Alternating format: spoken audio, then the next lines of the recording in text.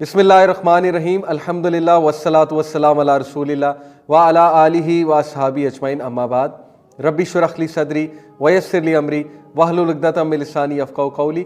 अस्सलामु अलैकुम व रहमतुल्लाहि व बरकातुहू। Welcome to a very special episode of things that matter.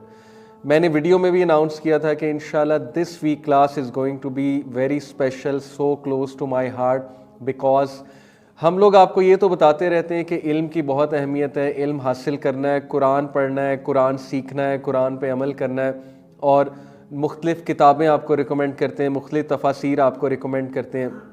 However मुझे बहुत से सवालात आ रहे थे कि कुरान पढ़ना कैसे है, कौन सी तफसीर पढ़ें, कुरान को कैसे समझें, किस सूरह से स्टार्ट करें, what is the approach, how to go about it. फिर कुरान पढ़ने के हवाले से जो सवालात जन्म लेते हैं उन सवालों को हम कैसे जो है वो लें, उनके आंसर्स हम कहाँ से तलाश करें।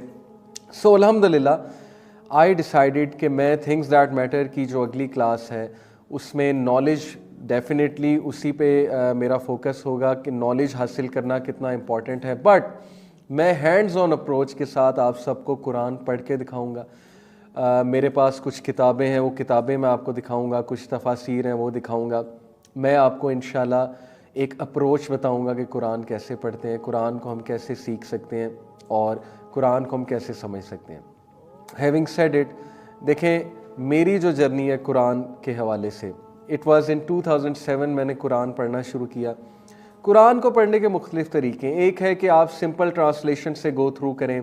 आप पहले एक सूरा का क्रक्स ले लें, ओवरऑल गो थ्रू करके कि चलो पहले ट्रांसलेशन पढ़ता हूँ, जो सवालात पैदा होंगे उनको थोड़ा सा साइड पे रखता हूँ, सब्र के साथ चलता हूँ या चलती हूँ। लेट्स रीड कुरान कि इसमें है क्या, ओवरऑल इसकी एक थीम क्या है कुरान की, फिर हर सूरा की क्या थीम।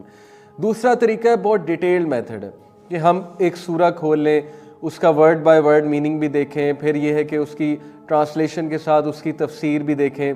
तफसीर व्हेन इट कम्स टू तफसीर हम मुख्तलिफ तफासीर देखें, नोट्स बनाएं, प्रॉपर मेहनत करके कुरान को सीखें। ये तरीका ज़ाहिर है बहुत टाइम मांगता है, इसके लिए बहुत कमिटमेंट चाहिए, इसके लिए आपको 2 से 3 साल लग सकते हैं। मैं आज आपको दोनों तरीक़ों के बारे में बताऊंगा, मुख्तलिफ तफासीर के बारे में ही बताऊंगा और अपना एक पर्सनल ओपिनियन दूंगा कि मैंने कुरान को कैसे सीखा था जब 2007 मैंने कुरान पढ़ना शुरू किया था। और उसके बाद अल्हम्दुलिल्लाह सुम्मा अल्हम्दुलिल्लाह ये मेरी ज़िंदगी में अल्लाह के बहुत करोड़ों एहसानात में से एक एहसान है कि मैंने कुरान को समझा। मैंने अल्लाह ताला ने मेरे दिल में कुरान की मोहब्बत पैदा की, मुख्तलिफ़ ट्रांसलेशंस मैंने देखी और अपनी तरफ से जितनी मैं एफ़र्ट कर सकता था कुरान की मुख्तलिफ़ तफासीर देखी। लेक्चर्स प्रिपेयर करते हुए भी हम कुरान जो है वो माशाल्लाह देखते हैं, हमेशा कोशिश करते हैं कुरान से ज़्यादा कोट करें, हदीस से कोट करें। सबसे पहला मैंने जो एक चीज़ की थी, सबसे पहली चीज़ देखें, ये मेरा वैसे भी एक पढ़ने का तरीका, हर बंदे का ना पढ़ने का एक तरीका होता है। मैं हमेशा अपने स्टूडेंट्स को एक बात बताता हूँ कि जब भी आप कोई किताब पढ़ें, सबसे पहले उसके कंटेंट्स, सबसे पहले जो कंटेंट्स का पेज होता है ना उससे गो थ्रू करें। उसके बाद वो चैप्टर्स को अंडरस्टैंड इस तरह से करें उनके नामों के थ्रू। मिसाल के तौर पे अगर मैं फ़िज़िक्स पढ़ाता हूँ, फ़िज़िक्स की बात करूँ, जनरल फ़िज़िक्स में क्या है, न्यूटोनियन मैकेनिक्स में क्या है, थर्मल फ़िज़िक्स में क्या है, कौन कौन से चैप्टर्स हैं, लाइट साउंड एंड वेव्स में क्या है, इलेक्ट्रिसिटी एंड मैग्नेटिज्म में क्या है, न्यूक्लियर फ़िज़िक्स में क्या है। ये मैं आपको इसलिए बता रहा हूँ क्योंकि फ़िज़िक्स में मेरा इंटरेस्ट है, फ़िज़िक्स पढ़ाता हूँ बीइंग एन इंजीनियर। मुझे जब चैप्टर वाइज पता लग जाएगा कि इस बुक में चैप्टर वाइज ये चैप्टर्स हैं और उनकी तरतीब पता लग जाएगी, और फिर मुझे एक चैप्टर के कंटेंट्स पता लग जाएंगे। मिसाल के तौर पे लेट्स टॉक अबाउट, सपोज कर लें फोर्सेस का चैप्टर है, फोर्सेस के चैप्टर में क्या क्या सब टॉपिक्स हैं, वो जब तक मुझे नहीं पता लग जाएंगे मुझे चैन नहीं आता। मेरा मतलब पढ़ने का ये तरीका, और मैं सबको ये कहता हूँ कि इसी तरह सीक्वेंस वाइज चले, यह आपके ब्रेन के लिए अच्छा है। हैविंग रेड साइकोलॉजी, मेमोरी का चैप्टर हमें पढ़ाया जाता है साइकोलॉजी में, मेमोरी किस तरह से बनती है, हमारा ब्रेन किस तरह चीज़ें मेमोराइज करता है, किस तरह उसको सस्टेन करता है, ये मैं आपको टिप्स दे रहा हूँ। जब आपके ना ब्रेन में ब्लॉक्स होते हैं मेमोरी के, जब आप हर चैप्टर का एक ब्लॉक बना लेंगे ना, आपको उसके कंटेंट्स पता होंगे, आपको सीक्वेंस वाइज उसमें टॉपिक्स पता होंगे, that's better for your brain. آپ کی میموری کے لیے وہ بیٹر ہے، وہ چیز زیادہ دیر سسٹین رہے گی۔ اب مثال کے طور پہ قرآن پڑھنا، سب سے پہلی بات قرآن کے 114 چیپٹرز ہیں، مجھے کنٹینٹس کا پتہ ہونا چاہیے۔ ان 114 چیپٹرز میں سے 86 مکی سورز ہیں، 28 مدنی سورز ہیں۔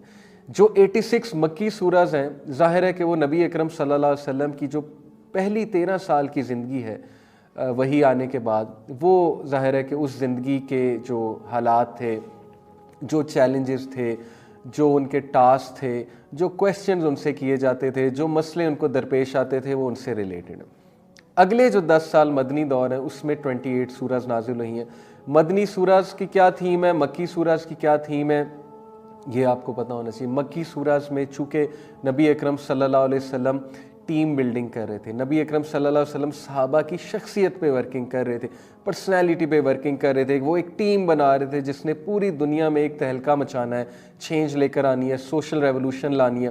لہٰذا یہ ضروری تھا کہ ان لوگ کو معرفت الہی اور فکر آخرت کا کنسیپٹ دیا جائے اور ان کے عقیدے پہ، ان کے کریڈ پہ ورکنگ کی جائے، ان کی پرسنالٹی سٹرونگ کی جائے۔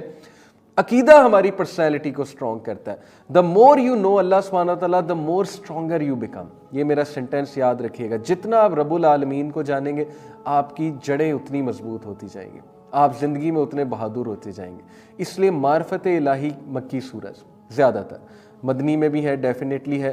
تو اسی طرح فکر آخرہ، جب خدا خوفی ڈیولپ ہو جائے گی، اکاؤنٹیبلٹی کا ڈر آ جائے گا، سینس آ جائے گی، ڈیفینیٹلی آپ کی پرسنالٹی میں ایسی چینجز آئیں گی آپ بھی حیران رہ جائیں گے، آپ ویجیلنٹ ہو جائیں گے، آپ بہت زیادہ خیال کرنے والے ہو جائیں گے، آپ اکاؤنٹیبلٹی کا خیال کرنے والے ہو جائیں گے۔